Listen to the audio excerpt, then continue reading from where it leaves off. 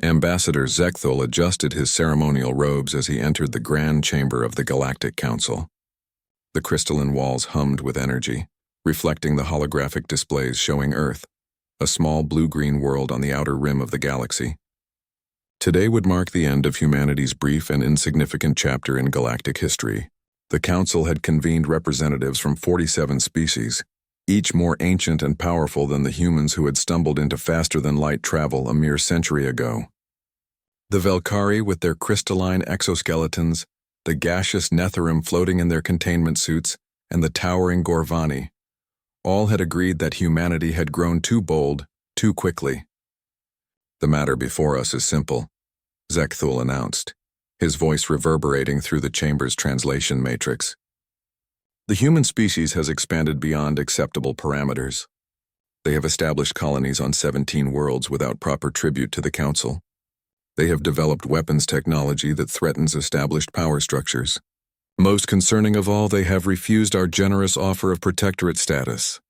Murmurs of agreement rippled through the assembled delegates. The Krillian representative, Hive Queen Sethara, clicked her mandibles approvingly. "They are a warrior species, but young and foolish. They believe their small fleet of ships can challenge civilizations that have ruled the stars for millennia." The human delegation sat in the center of the chamber, 5 individuals in simple black uniforms, dwarfed by the alien grandeur surrounding them.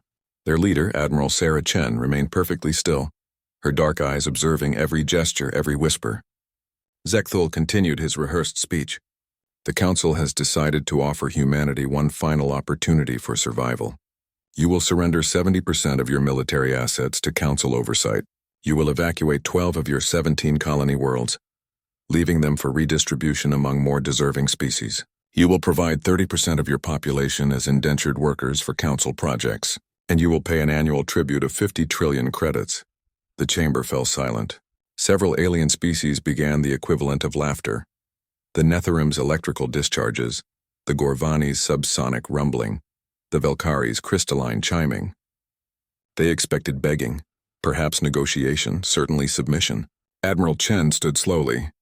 She was unremarkable by galactic standards. No claws, no energy manipulation abilities, no telepathic powers.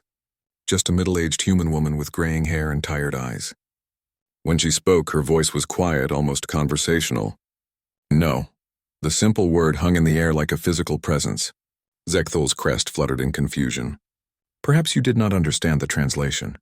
This is not a negotiation. This is the Council's final offer before we authorize military action against your species." Chen smiled, a peculiar human expression that somehow made several delegates uncomfortable. "Oh, we understood perfectly. We just wanted to be absolutely certain about your intentions before we responded properly." She activated a small device on her wrist. Immediately, every holographic display in the chamber changed. Gone were the star charts and Council insignia. Instead, they showed tactical readouts, ship positions, and weapon signatures. "You see, while you were preparing this little theatrical performance, we were preparing too." Chen's voice remained calm, almost pleasant. "Did you think we spent the last 50 years just building colonies and mining asteroids?" The displays showed something that made the temperature in the room drop noticeably. Surrounding every Council homeworld, every major military installation, every trade hub were human vessels, not the small exploration ships the Council had observed, but massive dreadnoughts bristling with weaponry that shouldn't exist. Hive Queen Sethara's compound eyes dilated in shock. "Impossible. Our sensors would have detected such a fleet." "Your sensors did detect them," Chen replied. "You just didn't recognize what you were seeing. Those merchant vessels that have been trading with your worlds for the past 20 years? Those research stations we've been building in deep space? Those communication relays we've scattered throughout the galaxy?" Her smile widened. "Congratulations. You've been watching us prepare for this conversation for 2 decades. The chamber erupted in panicked chittering, roars, and electronic screeching. Zekthul's voice cut through the chaos. "This is madness. You cannot threaten the entire Council. We have weapons that can crack planets, fleets that number in the millions." Admiral Chen nodded thoughtfully. "Yes, you do. Very impressive weapons. Unfortunately for you, they all have one significant vulnerability." She paused, letting the silence stretch. "They require computer systems to function." The lights in the chamber flickered. Every alien delegate felt their personal devices go dead simultaneously.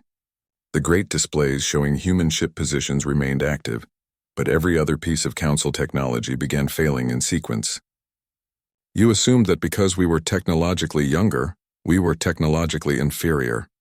Chen continued as emergency lighting cast eerie shadows across the chamber. You never considered that we might have developed along different paths.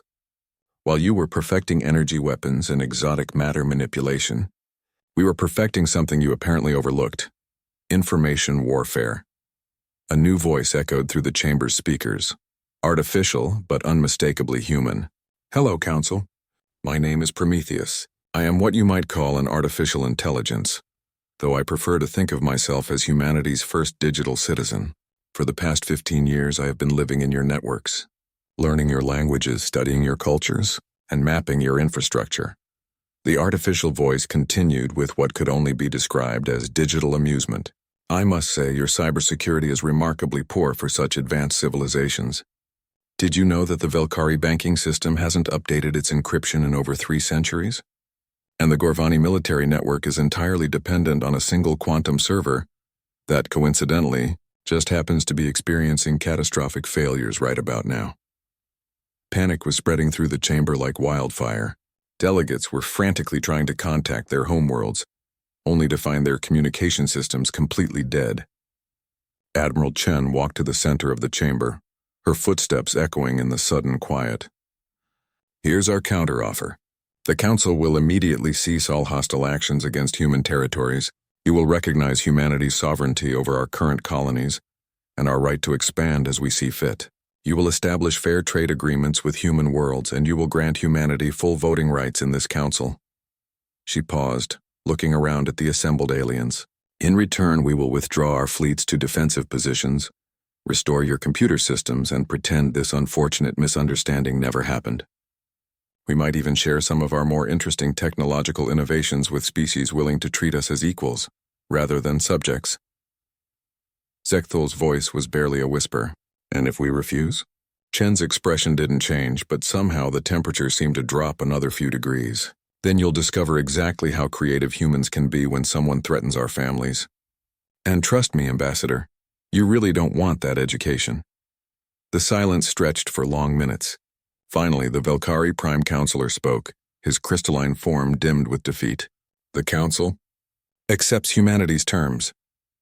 As the emergency session dissolved into chaos and frantic negotiations, Admiral Chen allowed herself a small smile.